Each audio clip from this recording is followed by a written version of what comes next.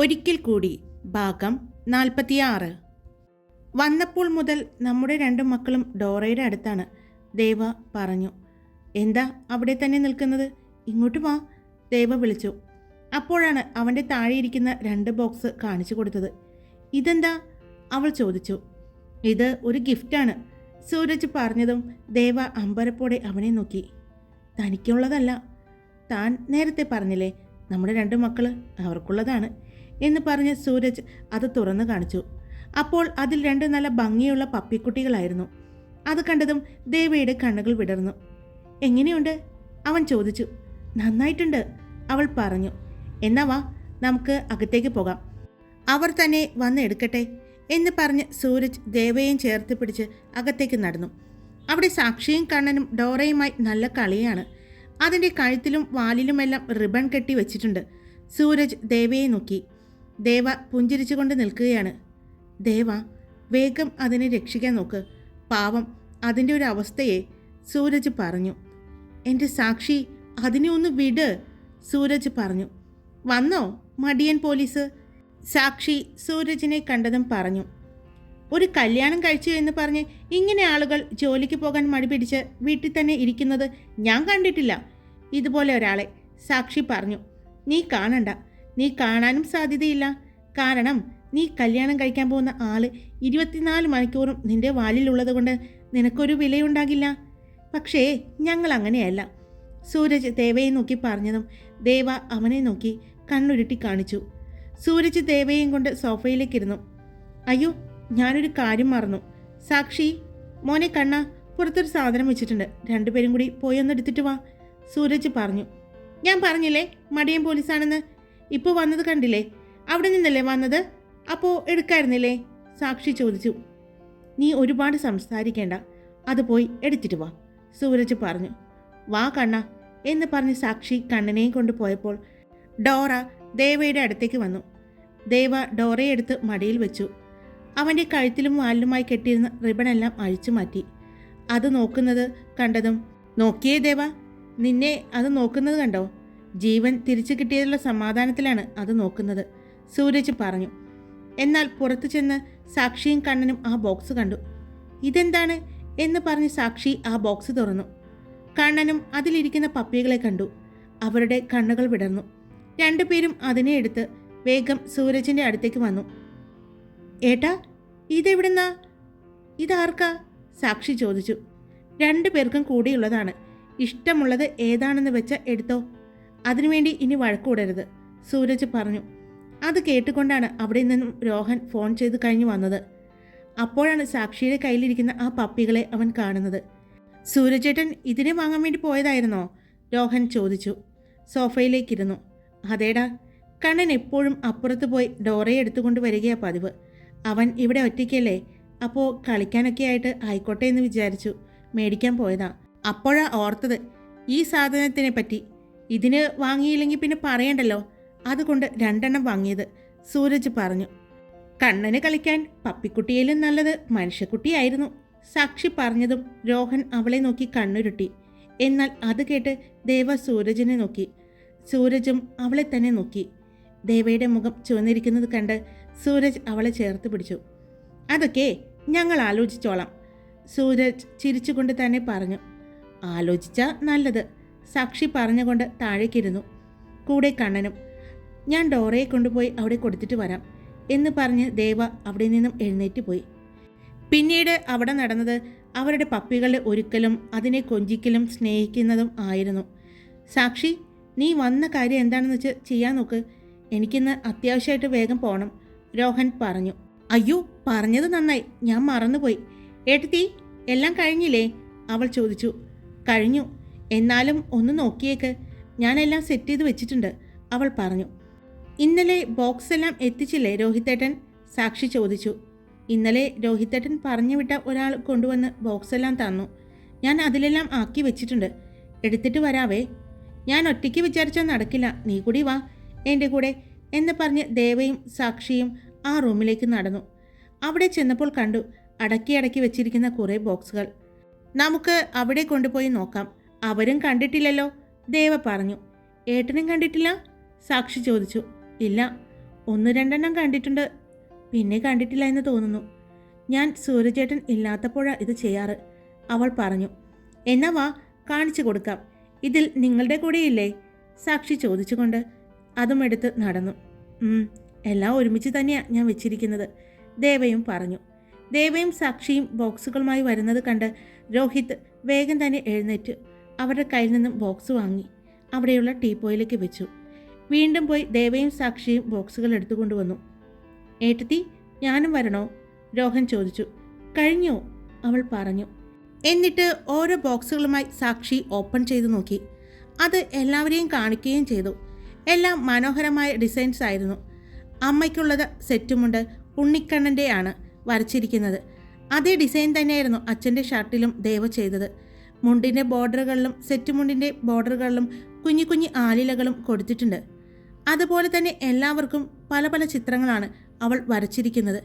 എല്ലാം മനോഹരമാക്കി തന്നെ അവൾ അയൺ ചെയ്തും വെച്ചിട്ടുണ്ട്. സാക്ഷിക്ക് ഒരു പട്ടുപാവാടയായിരുന്നു. നിറച്ച് ഓടക്കുഴൽ പിടിച്ചുകൊണ്ട് നിൽക്കുന്ന ഉണ്ണിക്കണ്ണനും അതിൻ്റെ ബോർഡറുകളിലായി മുഴുവൻ ഓടക്കുഴലുകളും ആയിരുന്നു അവൾ വരച്ചിരുന്നത്. അങ്ങനെ എല്ലാവർക്കും വ്യത്യസ്തമായ ഡിസൈൻ ചെയ്തിരുന്നു. നിങ്ങളുടെ ഫാമിലിയുടെ എവിടെ? സാക്ഷി ചോദിച്ചു. അപ്പോഴാണ് ഏറ്റവും അടിയിലിരിക്കുന്ന 3 ബോക്സുകൾ അവൾ എടുത്തത്. ഇതിൽ സൂരജേട്ടൻ്റെ എവിടെയാ? സാക്ഷി ചോദിച്ചതും ദേവ ഒരു ബോക്സ് സാക്ഷിക്ക് നേരെ നീട്ടി. ഇതാണ് സൂരജേട്ടൻ്റെ, ദേവ പറഞ്ഞു. അത് എനിക്ക് തരേണ്ട, ഏട്ടത്തി തന്നെ നേരിട്ട് കൊടുത്തോ, അവൾ പറഞ്ഞു. സൂരജ് പുഞ്ചിരിച്ചുകൊണ്ട് ദേവയെ നോക്കി. അവളും അവനെ നോക്കി പുഞ്ചിരിച്ചുകൊണ്ട് ആ ബോക്സ് അവൻ്റെ കയ്യിലേക്ക് കൊടുത്തു.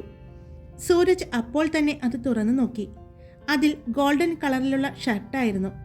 അതിൽ മനോഹരമായ രാധാകൃഷ്ണനെ വരച്ചിരിക്കുന്നു. അപ്പോഴാണ് അത് എല്ലാവരും കാണുന്നത്. നന്നായിട്ടുണ്ടല്ലോ, അത് കണ്ട് സാക്ഷി പറഞ്ഞു.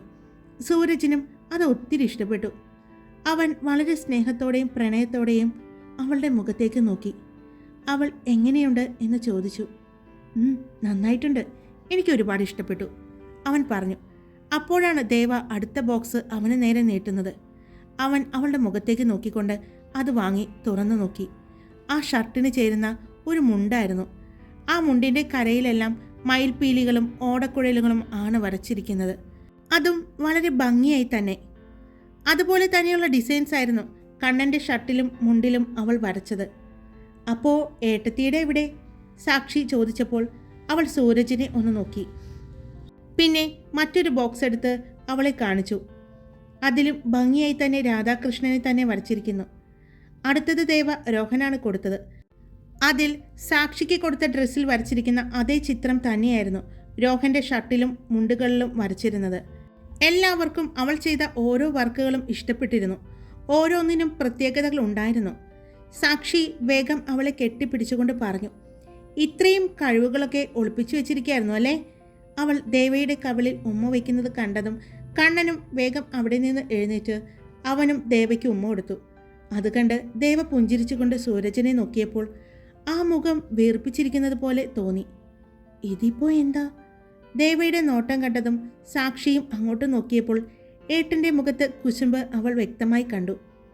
സാറിന് കുശുമ്പ് തോന്നുന്നുണ്ടല്ലേ? ഇപ്പോൾ കാണിച്ചു തരാം എന്ന് മനസ്സിൽ വിചാരിച്ച് അവൾ വേഗം ദേവയെ കെട്ടിപ്പിടിച്ചു. അവൾ കവിളിൽ ഉമ്മ വയ്ക്കാൻ തുടങ്ങി. മറുകവിളിൽ കണ്ണനും ഉമ്മ വെച്ചുകൊണ്ടിരുന്നു. ദേവയുടെ മുഖം ചുവന്നു തുടങ്ങി.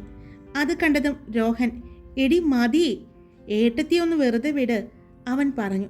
പക്ഷേ വിടാൻ ഭാവമില്ലാതെ സാക്ഷി ഇടം കണ്ണിട്ട് സൂരജിനെ നോക്കിക്കൊണ്ട് വീണ്ടും ചെയ്തുകൊണ്ടിരുന്നു. പെട്ടെന്നാണ് സൂരജ് അവിടെ നിന്നും എഴുന്നേറ്റ് ദേവയുടെ കയ്യിൽ പിടിച്ചു വലിച്ച് അവനോട് ചേർത്ത് നിർത്തി. അവരുടെ 2 കവിളിലും മാറി മാറി ചുംബിച്ചു. പെട്ടെന്നുള്ള അവൻ്റെ ആ പ്രവൃത്തി കണ്ടതും രോഹനും സാക്ഷിയും വാ തുറന്നു നിന്നു. എന്നാൽ കണ്ണൻ പുഞ്ചിരിച്ചുകൊണ്ട് കൈയടിക്കുകയായിരുന്നു. കുറേ നേരമായല്ലോ തുടങ്ങിയിട്ട്, അവൻ സാക്ഷിയെ നോക്കിക്കൊണ്ട് പറഞ്ഞു. പിന്നെ കണ്ണനെ നോക്കിയപ്പോൾ അവൻ പുഞ്ചിരിച്ചുകൊണ്ട് കൈയടിച്ചുകൊണ്ട് നിൽക്കുകയാണ് അപ്പോഴും. അത് കണ്ടതും അവൻ കണ്ണനെയും എടുത്ത് അവൻ്റെ കവിളിലും ചുംബിച്ചു. അങ്ങനെ കുറച്ചു നേരം അവരെല്ലാവരും അവിടെ ഇരുന്ന് സംസാരിച്ചു കൊണ്ടിരുന്നപ്പോൾ ദേവ അവർക്ക് കഴിക്കാനുള്ളതും ചായയുമായിട്ട് വന്നു. അപ്പോൾ ഏട്ടാ, നാളത്തെ കാര്യം എങ്ങനെയാ? രാവിലെ തന്നെ എത്തില്ലേ? അവൾ ചോദിച്ചു. ഞങ്ങൾ 2 പേരും ഒരുമിച്ച് വന്നാൽ ശരിയാകില്ല. അതുകൊണ്ട് ആദ്യം ദേവയും കണ്ണനും വരട്ടെ. ഞാനൊരു ഉച്ചയാകുമ്പോഴേക്കും വന്നേക്കാം, അവൻ പറഞ്ഞു.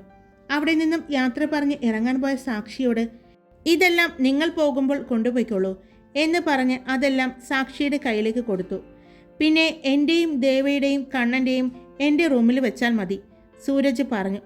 ശരി ഏട്ടാ, അപ്പോൾ ഏട്ടത്തി രാവിലെ കാണാം എന്ന് പറഞ്ഞ് ആ പപ്പിയെയും എടുത്തുകൊണ്ട് സാക്ഷിയും അവിടെ നിന്നും ഇറങ്ങി. അവർ പോയി കഴിഞ്ഞതും ദേവയെ നോക്കിയ സൂരജിന് മനസ്സിലായി അവൾക്ക് നല്ല ടെൻഷനുണ്ടെന്ന്.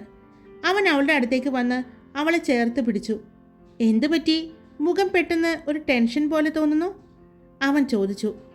അവൾ അവൻ്റെ മുഖത്തേക്ക് നോക്കി. എനിക്ക് നല്ല പേടിയുണ്ട് സൂരജേട്ടാ. എങ്ങനെയാ അവിടെ? അത് മാത്രമല്ല, നവ്യയും അമ്മയും എല്ലാം വരുന്നതല്ലേ, എങ്ങനെയായിരിക്കും എന്നോർക്കുമ്പോൾ ഒരു ചെറിയ ടെൻഷനുണ്ട് എനിക്ക്, അവൾ പറഞ്ഞു. ചെറിയ ടെൻഷനല്ലേ ഉള്ളൂ? ചെറിയ ടെൻഷനല്ല തോന്നുന്നത്. നല്ലൊരു ദിവസമായിട്ട് ഞാൻ കാരണം. അവൾ ബാക്കി പറയാൻ വരുന്നതിന് മുമ്പ് അതിന് സമ്മതിക്കാതെ സൂരജ് അവളുടെ ചുണ്ടുകളിൽ കൈവച്ചു. ഞാൻ പറഞ്ഞിട്ടുണ്ട് നീ കാരണം എന്ന് ഒറ്റയ്ക്ക് പറയരുതെന്ന്. എന്തുണ്ടെങ്കിലും നമ്മൾ അങ്ങനെ വേണം പറയാൻ, അവൻ പറഞ്ഞു. നീ പറയാൻ പോകുന്നത് എന്താണെന്ന് എനിക്കറിയാം, പക്ഷേ നമ്മൾ കാരണം ഒരു പ്രശ്നവും ഉണ്ടാകില്ല. ധൈര്യമായിട്ടിരിക്കെ. ഈ ഓണം നമ്മുടെ വിവാഹം കഴിഞ്ഞിട്ടുള്ള ആദ്യത്തെ ഓണമാണ്. നമ്മുടെ കണ്ണൻ്റെ അവൻ്റെ അച്ഛൻ്റെ കൂടെ ആഘോഷിക്കുന്ന ആദ്യത്തെ ഓണം. അത് നമ്മൾ ഭംഗിയായി തന്നെ ഓർമ്മയിൽ സൂക്ഷിക്കും, പോരെ, അവൻ പറഞ്ഞു. അവൻ പറയുന്നത് കേട്ടപ്പോൾ ഒരു ചെറിയ ആശ്വാസം തോന്നിയെങ്കിലും എവിടെയോ വീണ്ടും അവളുടെ ആ പേടി തലയുയർത്തി വന്നിരുന്നു. അവളുടെ മുഖത്തെ ടെൻഷൻ മാറിയിട്ടില്ല എന്ന് തോന്നിയതും സൂരജ് വേഗം അവളോട്, അതല്ല, അച്ഛൻ വന്നപ്പോൾ കൊണ്ടുവന്ന മോൾക്ക് കൊണ്ടുവന്ന ഗിഫ്റ്റൊക്കെ എവിടെ? കാണിച്ചില്ലല്ലോ, അവൻ പറഞ്ഞു. ഞാനും നോക്കിയില്ല, അപ്പോൾ തന്നെ അത് റൂമിൽ കൊണ്ടുപോയി വെച്ചതാണ്, അവൾ പറഞ്ഞു. ഞാനിപ്പോൾ എടുത്തിട്ട് വരാം എന്ന് പറഞ്ഞ് അവൾ വേഗം റൂമിലേക്ക് പോയി. ആ ബോക്സുമായി വന്നു. അവളത് സൂരജിൻ്റെ നേർക്ക് കൊടുത്തു. സൂരജേട്ടൻ തന്നെ തുറക്ക്, അവൾ പറഞ്ഞു. അതെന്തിനാ ദേവാ, നീ തുറന്നാൽ മതി, അവൻ പറഞ്ഞു. വേണ്ട, സൂരജേട്ടൻ തുറന്നാൽ മതി, അവൾ പറഞ്ഞു. അവൻ ആ ബോക്സ് തുറന്നതും ദേവയെ ഒന്ന് നോക്കി, പിന്നെ ആ ബോക്സിലേക്കും. ഇത് എനിക്കറിയാമായിരുന്നു ഇതായിരിക്കുമെന്ന്, അവൾ പറഞ്ഞു. അതെങ്ങനെ, അവൻ ചോദിച്ചു. അത് അച്ഛൻ്റെ അമ്മ കൊടുത്തതാണ്. ഇതെല്ലാം പണ്ട് ഓരോ ആഘോഷ ദിവസങ്ങൾ വരുമ്പോൾ ഇതിൽ നിന്നും ഓരോന്ന് ഞാൻ ഇടാറുണ്ട്. അന്ന് അച്ഛൻ പറയും ഇതെല്ലാം എനിക്കുള്ളതാണെന്ന്, ചേച്ചിക്ക് ഞാൻ വാങ്ങിക്കൊടുത്തോളാം എന്നും. പക്ഷേ ഇതെല്ലാം നിനക്കുള്ളതാണ്, എൻ്റെ അമ്മയെ പോലെയാണ് നീയെന്നും. അച്ഛൻ എപ്പോഴും പറയുന്നത് കേട്ട് ചേച്ചിക്ക് ദേഷ്യം തോന്നാറുണ്ടെങ്കിലും ആ ദേഷ്യം മാറാൻ വേണ്ടി അവൾ ഇതിനേക്കാൾ കൂടുതൽ അച്ഛനെ കൊണ്ട് വാങ്ങിപ്പിച്ചു.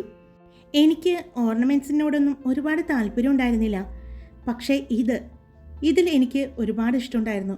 കാരണം എൻ്റെ അച്ഛന് ഇത് ഇഷ്ടമായിരുന്നു, അവൾ പറഞ്ഞു. അതിൽ 4 മാലകളും അതിൻ്റെ മാച്ചിങ് ആയിട്ടുള്ള വളകളും ഒരു വലിയ ജിമിക്കിയും പിന്നെ ഒരു വലിയ പാദസരവും 4 മോതിരങ്ങളും ആയിരുന്നു ഉണ്ടായിരുന്നത്. ഇതിനെല്ലാം ഓരോ പേരുകളുണ്ട്, അവൾ പറഞ്ഞു. അവൾ അത് സൂരജിന് പറഞ്ഞു കൊടുക്കുകയും ചെയ്തു. അവൾ പാദസരം എടുത്തു നോക്കുന്നത് കണ്ട് അവൻ അവളെ നോക്കി. ഇത് എൻ്റെ ആയിരുന്നു. ഞാൻ അവിടെ നിന്ന് പോരാൻ നേരത്ത് ഊരി എൻ്റെ റൂമിൽ തന്നെ വച്ചിട്ട് പോന്നതാണ്, അവൾ പറഞ്ഞു. അത് കേട്ടതും സൂരജ് ആ ബോക്സ് ടേബിളിലേക്ക് വെച്ചുകൊണ്ട് അവളുടെ കയ്യിൽ നിന്നും ആ പാദസരം വാങ്ങി. ഞാൻ ഇട്ടു തരട്ടെ, അവൻ ചോദിച്ചു. അപ്പോൾ കാലിലുള്ളതോ? അതും അവിടെ കിടന്നോട്ടെ, അവൻ പറഞ്ഞു. അത് വേണ്ട, രണ്ടും കൂടി എങ്ങനെയാണ്? ഇത് വേണ്ട, എനിക്ക് സൂരജേട്ടൻ തന്നത് മതി, അവൾ പറഞ്ഞു. അതിനൊരു വഴിയുണ്ടാക്കാം എന്ന് പറഞ്ഞ് അവൻ അവളുടെ കാലിൽ കിടന്ന ആ പാദസരം ഊരിയെടുത്തതിന് ശേഷം ദേവയുടെ അച്ഛൻ കൊണ്ടുവന്ന അവളുടെ ആ പാദസരം അവളുടെ കാലിലേക്ക് ഇട്ടുകൊടുത്തു. നന്നായിട്ടുണ്ടല്ലോ, അവൻ അത് നോക്കിക്കൊണ്ട് പറഞ്ഞു. 10ാം ക്ലാസ്സിൽ റിസൾട്ട് വന്നു കഴിഞ്ഞതിന് ശേഷമാണ് അച്ഛനും അമ്മയും കൂടി എനിക്ക് ഇത് തരുന്നത്. അന്നു മുതൽ എൻ്റെ കൂടിയതാ. പിന്നെ 5 വർഷത്തോളം ഇതെൻ്റെ കാലിലുണ്ടായിരുന്നു, അവൾ അവളുടെ കാലിലേക്ക് നോക്കിക്കൊണ്ട് തന്നെ പറഞ്ഞു. അപ്പോൾ ഇതെന്ത് ചെയ്യും? അവൾ സൂരജിൻ്റെ കയ്യിലിരിക്കുന്ന ആ പാദസരത്തിലേക്ക് നോക്കി. പെട്ടെന്ന് അവൻ അവൻ്റെ കഴുത്തിൽ കിടക്കുന്ന മാല ഊരിയെടുത്തു. ഇതെന്താ കാണിക്കുന്നേ? അവൾ ചോദിച്ചു. എനിക്ക് 2 മാലയുടെ ആവശ്യമില്ലല്ലോ. ഞാൻ 2ഉം ഇട്ട് നടന്ന ഭയങ്കര ബോറായിരിക്കും. അതുകൊണ്ട് അമ്മായിയച്ഛൻ തന്നത് കഴുത്തിൽ കിടക്കട്ടെ, ഇതിനെ നമുക്ക് ഊരാം എന്ന് പറഞ്ഞ് അവൻ്റെ കഴുത്തിലുണ്ടായിരുന്ന മാല അവൻ ഊരിയെടുത്തു. അവൻ്റെ കഴുത്തിലുണ്ടായിരുന്ന മാലയിലുണ്ടായിരുന്ന ലോക്കറ്റ് എടുത്ത് ദേവയുടെ അച്ഛൻ കൊടുത്ത മാലയിലേക്ക് ഇട്ടു. എന്തു ചെയ്യാൻ പോവാ?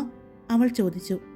അതൊക്കെയുണ്ട് എന്ന് പറഞ്ഞ് അവനത് അവൻ്റെ പോക്കറ്റിലേക്ക് ഇട്ടു. എവിടെ കൊണ്ടുപോവുകയാ? അവൾ വീണ്ടും ചോദിച്ചു. അതൊക്കെയുണ്ടെന്ന് ഞാൻ പറഞ്ഞില്ലേ. ഇതെല്ലാം കൊണ്ടുപോയി വെക്കേ. പിന്നെ മോൻ്റെ കഴുത്തിൽ കിടക്കുന്ന മാലയിലെ ലോക്കറ്റ് എടുത്ത് അവൻ്റെ അപ്പൂപ്പൻ കൊടുത്ത മാലയിലേക്ക് ഇട്ടുകൊണ്ട് അവൻ്റെ കഴുത്തിൽ കിടന്ന ഒരു മാലയും ഊരിയെടുത്തു. എന്തിനാച്ചേ അത് ഊരുന്നേ? അവൻ ചോദിച്ചു. അതോ, രണ്ടും മാല ഇട്ടുകൊണ്ട് നടക്കാൻ പാടില്ല. അച്ഛ ഊരിയല്ലോ. നമുക്ക് അപ്പൂപ്പൻ തന്ന മാല മതി. അത് നമ്മൾ ഇട്ടില്ലെങ്കിലേ അപ്പൂപ്പന് സങ്കടാവില്ലേ? അതുകൊണ്ട് നമുക്കതിടാം. അവൻ പറഞ്ഞുകൊണ്ട് ഊരിയ മാല ദേവയുടെ കയ്യിലേക്ക് കൊടുത്തു. നാളെ പോകാനുള്ളതെല്ലാം എടുത്തു വെച്ചോ? അവൻ ചോദിച്ചു. നമ്മൾ തിരുവോണം കഴിഞ്ഞിട്ട് വൈകിട്ട് തിരിച്ചു വരില്ലേ? അപ്പോൾ 2 എടുത്തിട്ടുള്ളൂ. കണ്ണന് 3-4 എടുത്തിട്ടുണ്ട്. സൂരജേട്ടന് അവിടെ ഉണ്ടാകില്ലേ? അതുകൊണ്ട് ഒന്നും ഞാൻ എടുത്തു വെച്ചിട്ടില്ല, അവൾ പറഞ്ഞു. ഞാനത് അങ്ങോട്ട് പറയാനിരിക്കുകയായിരുന്നു. അവൻ പറഞ്ഞു. ഞാനൊന്ന് ഫ്രഷായിട്ട് വരാം.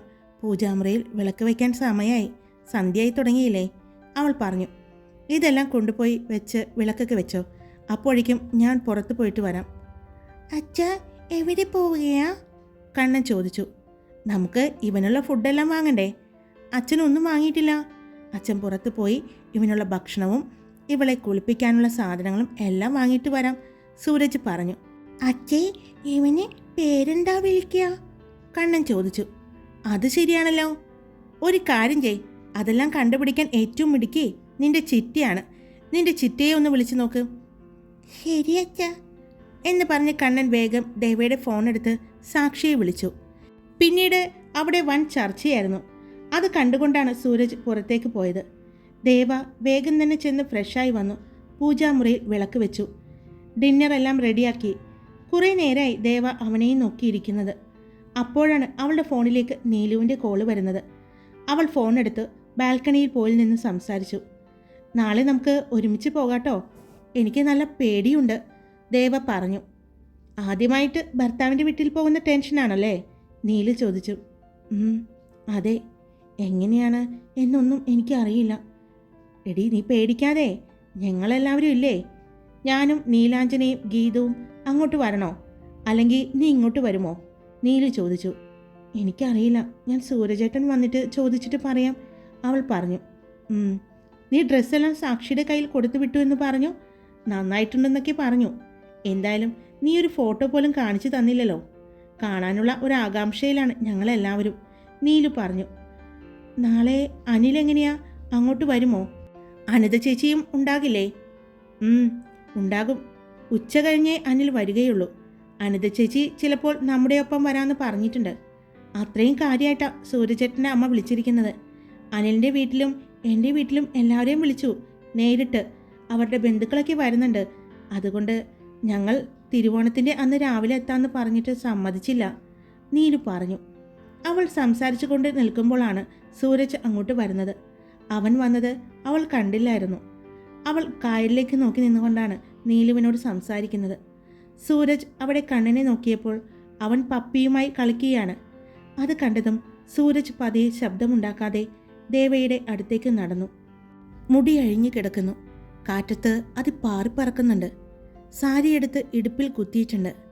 അതുകൊണ്ട് അവളുടെ അരഭാഗം കുറച്ച് കാണാം. അവൻ ശബ്ദമുണ്ടാക്കാതെ അവളുടെ അടുത്തേക്ക് ചെന്നു. അവൻ്റെ പോക്കറ്റിൽ നിന്നും ഒരു ബോക്സ് എടുത്ത് തുറന്നു.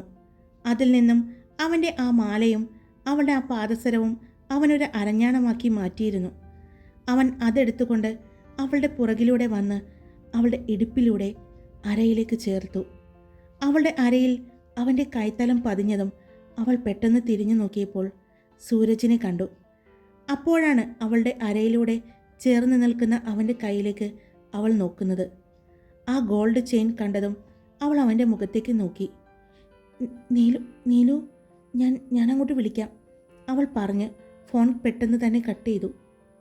ഇതെന്താ, അവൾ ചോദിച്ചു. ഇത് കുറച്ച് ദിവസമായി ഞാൻ ആലോചിക്കുന്നു. എൻ്റെ മുന്നിലിങ്ങനെ കാണുമ്പോൾ ഇവിടെ എന്തോ ഒന്ന് കുറവുണ്ടെന്ന്. ഇന്ന് ഇങ്ങനെയൊരു സംഭവം വന്നപ്പോൾ എന്തുകൊണ്ട് എൻ്റെ മാലയും ആ പാദസരവും കൂടി ഒരുമിച്ച് ചേർത്ത് ഒരു അരഞ്ഞാണം ആക്കിക്കൂടാ എന്ന് ചിന്തിച്ചത്. അപ്പോൾ തന്നെ ഞാൻ പോയി അത് റെഡിയാക്കിക്കൊണ്ട് വന്നു എന്ന് പറഞ്ഞ് അവൻ അവളുടെ അരയിലൂടെ ചുറ്റിയെടുത്തു. അതിൻ്റെ കൊളുത്തിട്ട് കൊടുത്തു. പതിയെ താഴെ മുട്ടിലിരുന്നു കൊണ്ട് ആ അരഞ്ഞാണത്തിലേക്ക് നോക്കി. പിന്നെ ദേവയുടെ മുഖത്തേക്കും. അവൾ അവൻ്റെ മുഖത്തേക്ക് തന്നെ നോക്കുകയാണ്. പതിയെ അവൻ്റെ ചുണ്ടുകൾ അരഞ്ഞാണത്തിൻ്റെ ആ കൊളുത്തിൽ കടിച്ചു. അവൻ്റെ ശ്വാസം അവളുടെ വയറിൽ തട്ടിയതും അവളുടെ ശ്വാസഗതി ക്രമാതീതമായി വർദ്ധിക്കാൻ തുടങ്ങി. അപ്പോൾ അതനുസരിച്ച് അവളുടെ പൊക്കിൾ ഉള്ളിലേക്ക് പോകുന്നത് നോക്കി അവൻ നിന്നു. പെട്ടെന്നുള്ള തോന്നലിൽ അവൻ അവളുടെ വയറിലൊന്ന് ചുംബിച്ചു. പെട്ടെന്ന് ദേവയുടെ കൈകൾ അവൻ്റെ തലമുടിയിൽ മുറുകി. കണ്ണുകളടച്ച് തൻ്റെ മുടിയിൽ പിടിച്ച് ശ്വാസം ആഞ്ഞു വലിച്ച് നിൽക്കുന്ന ദേവയെ കണ്ടതും അവനും അവൻ്റെ മനസ്സിൽ എന്തൊക്കെയോ ആഗ്രഹിച്ചു തുടങ്ങി. പെട്ടെന്നാണ് കണ്ണൻ്റെ ശബ്ദം കേട്ടത്. വേഗം ഒരു പിടച്ചിലോടെ ദേവ കണ്ണു തുറന്നു. ആ നിമിഷം തന്നെ സൂരജും അവിടെ നിന്നും എഴുന്നേറ്റു. അപ്പോഴാണ് കണ്ണൻ അങ്ങോട്ട് വന്നത്. അച്ഛേ, അച്ഛൻ എപ്പോഴാ വന്നേ? അവൻ ചോദിച്ചു. കുറച്ചു നേരമായേ ഉള്ളൂ, അവൻ പറഞ്ഞു. അച്ഛേ, ബാലുവിന് വിശക്കുന്നുണ്ടാവും, ഭക്ഷണം കൊണ്ടുവന്നോ? അവൻ ചോദിച്ചു. അച്ഛൻ വാങ്ങി വെച്ചിട്ടുണ്ട് എന്ന് പറഞ്ഞ് അവൻ സോഫയിലേക്ക് കൈ കാണിച്ചു. എന്നാ കൊടുക്കാം എന്ന് പറഞ്ഞ് അവൻ തിരിഞ്ഞു നടന്നു പോയതും സൂരജ് ദേവയെ തിരിഞ്ഞു നോക്കി. വിശദമായി ഞാൻ രാത്രി കണ്ടോളാം, അവൻ പറഞ്ഞു. ഒരു കണ്ണു ചുരുക്കി കാണിച്ചുകൊണ്ട് അവിടെ നിന്നും കണ്ണൻ്റെ അടുത്തേക്ക് നടന്നു. ദേവ പുഞ്ചിരിച്ചുകൊണ്ട് അവളുടെ അരയിൽ കിടക്കുന്ന ആ ചെയിനിൽ ഒന്ന് തൊട്ടു. അവൾക്ക് ഒരുപാട് സന്തോഷം തോന്നി. ഒരു പുഞ്ചിരിയോടെ തന്നെ അവളും അവിടെ നിന്ന് അവരുടെ അടുത്തേക്ക് ചെന്നു. ഹായ് കൂട്ടുകാരെ, ഞാനാണ് കാർത്തിക. എന്താണ്, ഒരിക്കൽ കൂടി രാവിലെ ഇട്ടിട്ട് എല്ലാവർക്കും പറ്റുന്നുണ്ടോ? സമയം ഇനി മാറ്റണ്ടല്ലോ. ഇനി സമയം മാറ്റിയാൽ നിങ്ങളെല്ലാവരും കൂടി എന്നെ പഞ്ഞിക്കിടുമെന്ന് എനിക്കറിയാം. അതുകൊണ്ട് എല്ലാവരും കേട്ടിട്ട് അഭിപ്രായങ്ങൾ പറയണം കേട്ടോ. നമ്മുടെ നിന്നിലലിയാൻ എങ്ങനെയുണ്ട്? ഇഷ്ടപ്പെടുന്നുണ്ടോ? ഇഷ്ടപ്പെട്ട കമൻറ്റ് ചെയ്യണേ. Love you all. It's me Karthika.